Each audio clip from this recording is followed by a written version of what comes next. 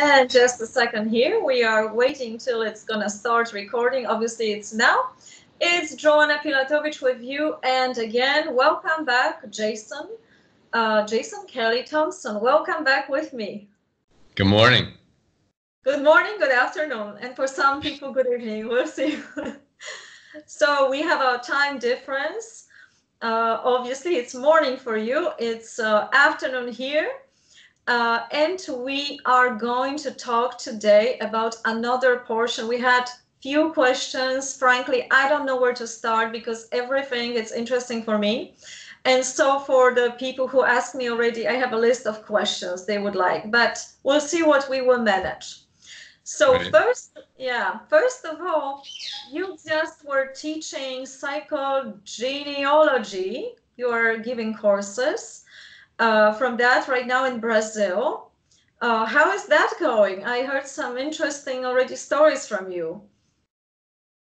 Yeah, it's great.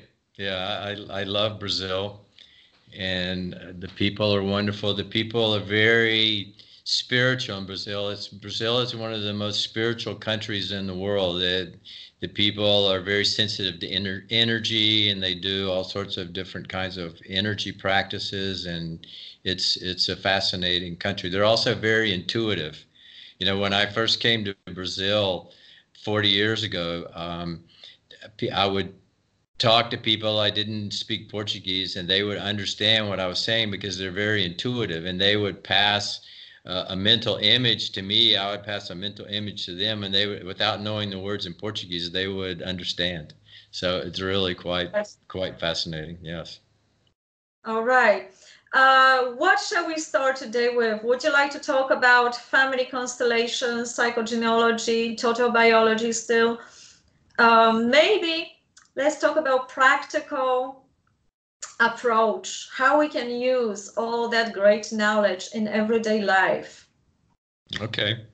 Well, let me just start out by saying a little bit about a decoding session and how we do this. I was just talking about this in the class yesterday, this past weekend. When a person comes for a decoding session, we start out by asking them what's their healing intention. What is it in their life that they would like to change? And it can be a physical illness, or it could be some kind of block or a relationship block. It could be a problem with the child or drug addiction. Whatever the problem is where we start. And if it's something physical, we start by asking first of all, what is the diagnosis? We start out with a diagnosis of the physical illness. And then I look it up in Enrique's book, my teacher, the biological decoding book that we talked about in the first interview. It's a dictionary of. Can you just hold it a little bit up? People were actually asking me about that book. It's many parts of the body, illnesses, and you look it up to see what the conflicts are that correspond to. Spanish only. Sorry to interrupt you. Yeah, there's an application you can buy in the Play Store, an application for your cell phone in English. So it hasn't been, as far as I know, it hasn't been published in English yet, but it's available in the cell phone app. I got a few SMSs about that book, so that's why I remember. Sorry. Yeah. Okay. Keep going. Sorry. It's fascinating. And so the first question that we ask in the session is, when did the symptoms begin? Because the idea in total biology that most of the time the symptoms, the illness begins when the conflict is resolved. So we're going to look for a conflict that was resolved a day before. It could be sometimes even the same day. If the person has a fracture, a fractured bone, a fractured tooth, it's usually the same day that the illness appears.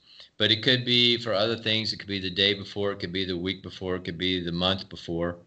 For example, I had a client who had liver cancer, and the liver has to do with our basic necessities, having enough money for food, for paying the rent, for those kinds of things. And so, I asked her the first question, which is, when did it begin? And so we looked at the date, the year, and all that. And what we discovered was that her sister-in-law passed away, and they received a multi-million-dollar inheritance, which was more the money than they could ever spend, which solved her conflict with money, her programming conflict. That the cancer, liver cancer, was programmed when she lost her job. And so the reason that it created cancer was because she didn't tell her husband. One of the things I talked about in the first interview is that one of the main characteristics of a conflict that generates a future illness is that it isolates the person. And so, because if we can process the stress, if we can talk about it and go to therapy and scream and cry and get all that stress out, the brain doesn't need to send it to the body. May I interrupt you? You know, it's interesting because last night I got that question from another person. She recorded herself and she said, oh my God, does it mean I'm gonna be sick if I didn't solve this, if I just talk about it? And she had this question, so if she's telling about her conflict, if she's not isolating herself, she's talking with the friends, will she be healthy? Yeah, that's a great point. One of the basic principles of total biology and psychogenealogy is that we do not look for future illnesses. It's like that's a big rule in psychogenealogy. So let's say the person says, you know, my great grandmother was murdered, or they lost their home and the baby was disappeared or was kidnapped, and you know, what's going to happen to my children? No, we do not look for future illnesses. What we do is we decode an illness that the person has. So we look backwards, we go back to find out what was the cause of the illness, but we don't take a cause and go forward to look and see what the illness might be. You know, the brain is very powerful in creating our reality. I learned that from Louise Hay 40 years ago. So we need to be really careful with our thoughts, you know, of what we're creating. So we don't want to create a future illness. So the teaching about this is for us in the present moment to learn how to live, minimize stress in our lives, to process the stress, to process the conflicts, to find solutions for the conflicts that are happening, and we don't need to program a future illness. If we have some illness that's already programmed, then someday we're going to deal with it, but we don't worry about that. You know, worry is one of the main things that creates illness. If someone has cancer and the doctor tells them, you know, that they have 3 months to live, and it generates so much stress that they generate another cancer and pass away. Right. So it's, you know, illness and pain can generate a lot of new illness. Yeah, that's very important. Basically, I'm talking about the situations when, let's say, there are two sort of situations. Someone is in a not so healthy working environment or healthy relationship or any relation to anyone, but cannot escape that. You know, there's certain conflicts repeating every day, you know, in the office maybe. So how do you deal with that? How do you help someone with that when the person doesn't want to get sick, so she's coming or he's coming for the therapy, but can already predict and doesn't want to be worried about it? But of course, you know, the boss, maybe it's a boss, maybe it's a partner, maybe it's a family member that is nagging this person. So we try to process it, but it's still going to happen. How do you work with that? Right. Well, my role in this, and Enrique, my teacher, is very clear about this, is that my job as a decoder is to explain to people why the illness was a biological solution to a conflict, period. And so, you know, My style, everybody who studies decoding has their own style. And, you know, as I mentioned in the first interview, I had already studied family constellation therapy and had other different tools. I studied systemic psychology. So I help people, if people have an active conflict, you know, I am willing to help people deactivate that conflict. So there's kind of fine balance there, because it's the person's responsibility. If the person is in a relationship that's not working, then, you know, I can point out to them things that they need to change. But really, you know, it's up to, I can support them in changing, but it's up to them to make the change. Mm-hmm. So some people have resistance. You know, we talked last time about how resistance is one of the main characteristics of diabetes. So Mm-hmm. I can explain to people why they became ill, why they have diabetes. But if they have resistance, then they might not want to make the changes that they need to make in order to heal. Mm-hmm.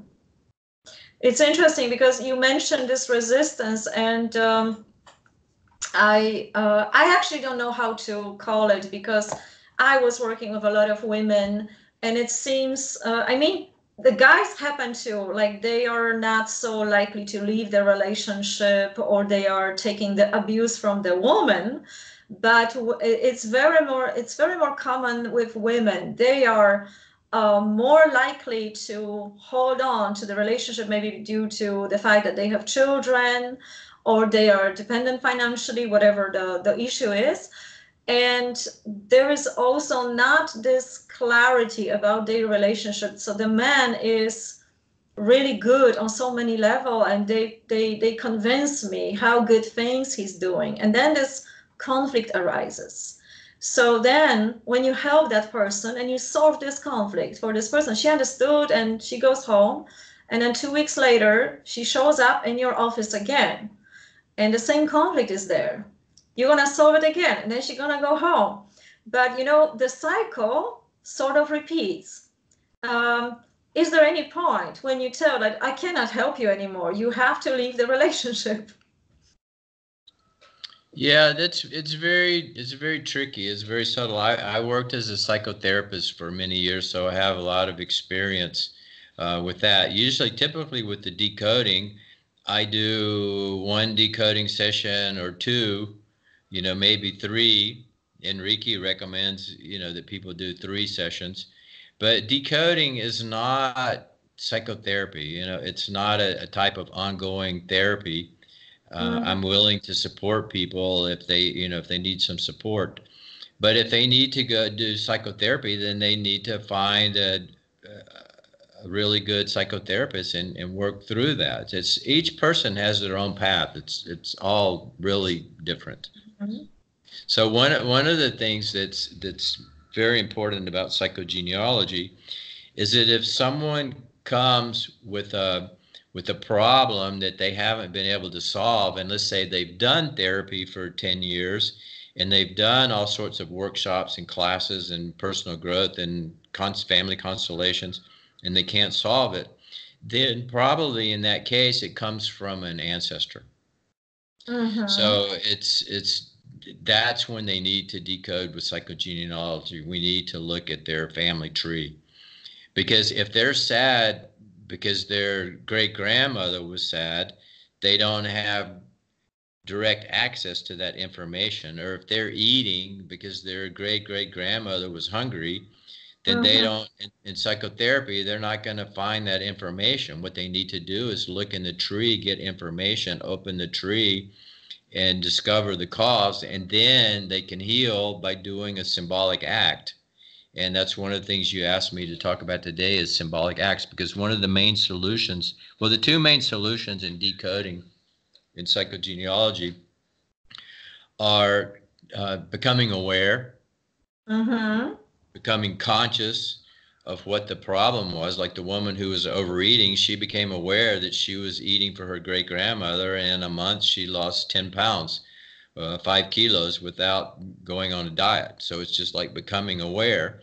And the other part is doing a symbolic act to resolve whatever the conflict was that the ancestor didn't resolve. because the way it works is we have what's called an invisible loyalty with an ancestor. Yeah. And they had a conflict that they didn't resolve, and they're not here anymore, so they can't resolve it. So what happens is that passes on to a person who's alive today, so that the family or the clan, or I call it the soul of the family, has another chance of solving that conflict. Mm-hmm. And so, for example, I had a client who had intestinal necrosis, and the doctors couldn't find a cause for it.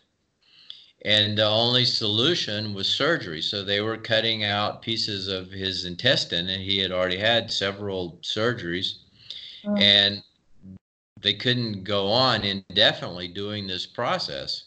And so I opened Enrique's book, and some of the conflicts that seem a little bit strange when you first read them. It says someone who died and was not buried. Oh. Wow. Yeah. And so he's Jewish. And so when I have a Jewish client who has certain types of illnesses, then I automatically am going to look for the family history to find out, who came from Europe, who their ancestors were, what the conflicts were. And we found out that his grandmother, whom he had an invisible loyalty with by dates, we discovered the visible loyalties also by looking at the dates they were born, the dates that they passed away, the date that they were conceived, that she was on the train going to Treblinka, the concentration camp in Poland, and she died on the train, and they threw her off the train. Ouch. So she was not buried. Yeah. So it's exactly what it said in the book, someone who died and was not buried. So the solution is for him to do what's called a symbolic funeral for her. So, he prepares a symbolic casket out of cardboard, makes a little doll. It could be from leaves and sticks and natural things or clay, however the person wants to do it. And do a ceremony, a funeral for the person, a symbolic funeral, and a symbolic burial, and then bury the person to give them the burial that they didn't have. We also do that with abortions, with abortions, with miscarriage, because usually if someone has an abortion or has a miscarriage, then the baby is not buried. Right. So I've had quite a few clients who couldn't get pregnant because their grandmother or their mother had abortions, and so because of the abortions, then their daughter, their granddaughter, their great-granddaughter can't get pregnant. I just had one. I just got an email the other day she sent me a picture of her 3-month-old baby who she got pregnant a year ago, and after decoding, and she'd been trying for a long time, and they couldn't get pregnant. Now, a month after her session, she was pregnant. Oh, wow. And now she has this beautiful little baby boy. So yeah, it's a one. I love these stories. I love to participate in that process. But anyway, so that one of the solutions is to do a symbolic funeral for the baby who was not born. But getting back to the story of the intestinal necrosis, and he did a symbolic funeral and symbolic burial, and he never got sick again. So it solved the problem because his grandmother was buried in his intestine. That's why he was having necrosis. If I may ask you, because this is very drastic. Sort of, drastic sickness, because basically the medicine doesn't give you more hope, and most of the cases that I'm hearing about, it's related to cancer, like the last stadium, or something that normally the medicine is just telling to cut it out and take chemotherapy. But according to what you're saying, this person's supposed to get awareness and trace. Normally, people are not able to do it themselves. They need at least some sessions or get trained how to do that. And once they can do it, they need to do this symbolic act. But if the person is at the end of that road, you know, the organs was cut and the cancer is spreading, what shall they do next? Did you have a patient like that? Like, you know, you mentioned the cancer of the liver, like in the last stadium, there is no more hope. The person is, you know, maybe a family member is coming to you. What do you do then? Well, you know, every case is different. So you know, it just depends. But you know, I had, and sometimes the healing is not to heal the physical body. Mm-hmm. So I had one who had liver cancer. She was about 80 years old. When we did the first session, she couldn't sit up. You know, that's how sick she was. She did the session lying down. Mm-hmm. And I don't put any limitations on it. I mean, I believe that, you know, someone can decode and heal, and, you know, even though they're in a very debilitated state, the healing is possible. So I don't ever put any limitation on that. Mm-hmm. That's fantastic, because I think that's what people want to hear, that there is still hope, even if, you know, the medicine told them not to. It's just a matter of a week, right? Yeah, I mean, I've seen people in coma wake up, and people, the doctors say, you know, they're brain dead, or, you know, they'll never wake up, and they wake up. So, you know, so I know it's possible. You know, I'm not a doctor, so I can't give medical advice. Sometimes people want to do surgery. Sometimes people want to do chemotherapy. Sometimes they need it. You know, sometimes they need surgery. That's not a question for me. But this woman had liver cancer, and so, you know, she was from China, and her father had 2 or 3 wives. You learn a lot about different cultures decoding, because it was in the time in China when they could have more than one wife. And and so he married, and his wife was really worried about what was going to happen to the money, to the food, if they were going to have enough money, they were going to have enough food, and it programmed liver cancer for this person. Okay. And so she, by becoming aware of that, she was able to release all those bad feelings she had about her father. And she was having a really difficult relationship with her husband. They were barely even talking. They were just, you know, a very difficult relationship with her husband. And she was able to talk to her husband, to communicate, to have a loving relationship with him. We had 3 decoding sessions in 1 week, and then the next day she passed away. But in that 1 week, she was able to understand why she was ill, understand the problems that she was having with her husband, to heal her relationship with him, and to leave with a happy relationship, you know, a hug and a kiss with her husband. So that's, you know, that was really beautiful. Yeah, so it can end differently, but it's not for us to decide what is better, because probably it's what is the best for the soul in the current state. We're gonna finish for now this first interview, well, the second one, and we're gonna do part 3. I will have one profound request for you. It just came to my mind. We need that book, because we don't have that book in English language. So someone has to translate, because it's very interesting. Every time you mention that, okay, this is responsible for this sickness, that issue for this, is there any chance maybe you or someone, at least, because I don't believe that the whole book is description of certain disease, or there is some list that you could translate for us, so we have some sort of something to think through, at least. Also with the chronic diseases, we don't have to be that much sick, but we can just, you know, pay attention to what it's what it's causing, what even chronic diseases or chronic symptoms, to understand ourselves better. What do you think about Right. I know a woman in Germany who took my psychogenealogy classes, and she also took the total biology classes from Enrique in the US. And she works as a therapist in Germany.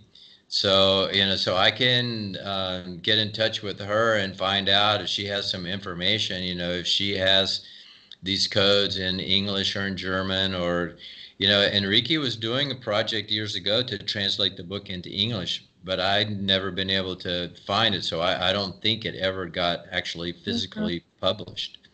because But, we well, I'll research. I went to a bookstore last week and asked them to see if they could buy it in English. So we're in the process of looking for that. You can buy it in Spanish at Amazon. Do they have Amazon in Germany?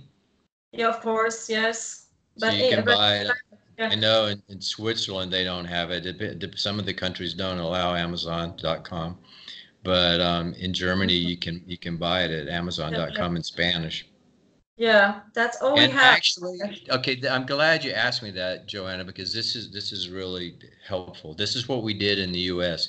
Because when Enrique went to teach in the U.S., there were no decoders in the U.S.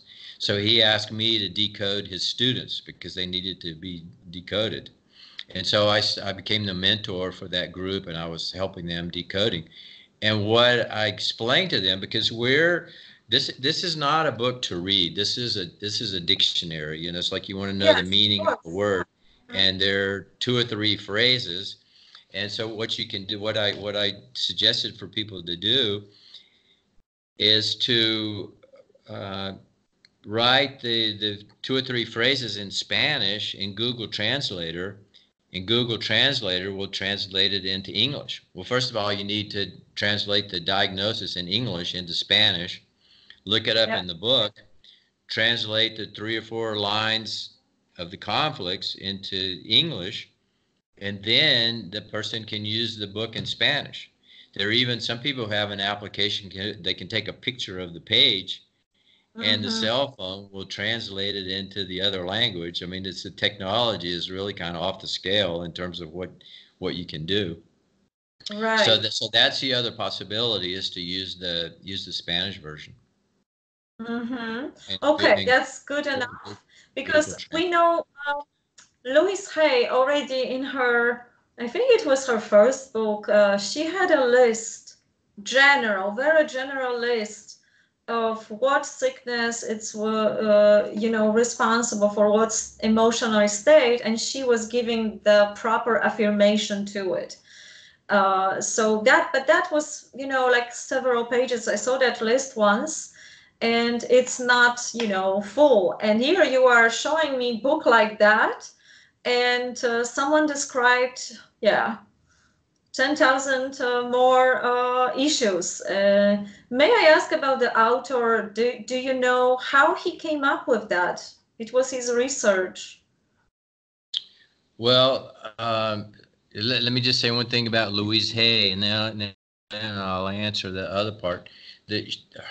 Some of the codes in Louise Hay's book are similar, and Mm-hmm. and some of them aren't. And I use her little book still. I studied with her 40 years ago, and it's wonderful. So the person who wrote the biological laws is Dr. Hammer. And so Mm-hmm. he started creating the codes in his research.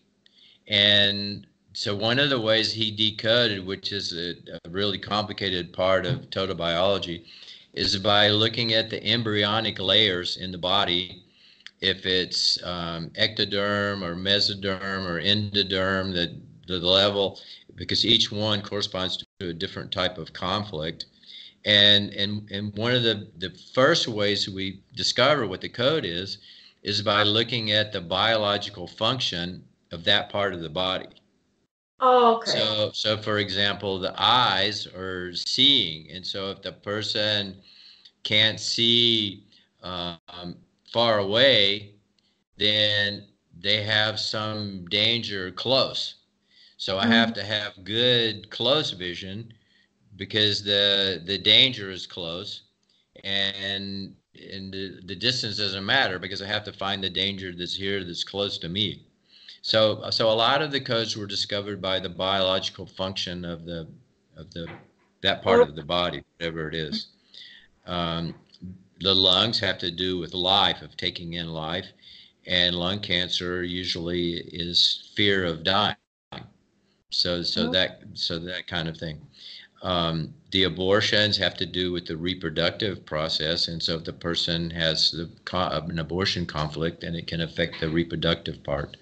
So Dr. Hammer's student was Claude Sabat, who is a French doctor, and he discovered a lot of the codes by doing research, by decoding people. So, you look and see what's the conflict that was resolved yesterday, and the book actually has the initials of the people who initially decoded the conflict, and they're actually in Enrique's book. So a big part, this book first was published in Belgium, and that would be interesting. It was called the Orange Book. So, and a lot of the codes are the same. So one of the things that your listeners can do is to research the Orange Book in Belgium and see if they can find the Orange Book. And it is probably, either in English or French or... That's the title, the Orange Book. Yeah, the Orange Book is kind of the nickname for the book. I'll look and see if I can find what the actual technical, because we call this the Blue Book. It's actually the Blue Book of Biological Decoding, but we call it the Blue Book. Name of the author. I'm sorry to interrupt. If we can find out the name of the author, if you can lift that book one more time and show our audience the author, the name of the author. I believe it's down. Can you lift it up again? Oh, this one is this is Enrique's book. This is the Blue Book. Enrique Bouron. Do I read it right? Yeah, Enrique. In Spanish we say Enrique, but Enrique Bouron. Bouron. Okay, I hope anyone gets that name. Okay, now everyone I have an interesting story to tell you real quick to finish up about the Orange Book. I had a client who was decoding, and she said she had a dream, because I asked my clients after the first session to remember their dreams and to bring me their dream. In the dream, this woman, an anorexic woman, told her that she needed to buy the Orange Book. And so she came to her next session and she said, well, she told me the dream, and she had no idea what the Orange Book was. Well, because I know the story of total biology, I knew that the Orange Book was the original book of the codes. So she needed... So, and actually, the motive for her consultation was that she wanted to get pregnant. And she actually was not eating healthy foods. She was working a lot. She was skipping lunch. She was not feeding. She was not preparing her body to receive a baby. So that was the way that the dream could tell her that she needed to change her diet, by having this anorexic woman show her that she needed to buy the Orange Book. Well, that's a nice, happy note to end on. So anyway, it was great seeing you again today. Thank you so much. Same on this side. And everyone, have a happy decoding, and seeing you next time. Thank you very, very much. Okay. Bye-bye. Take care. Bye-bye.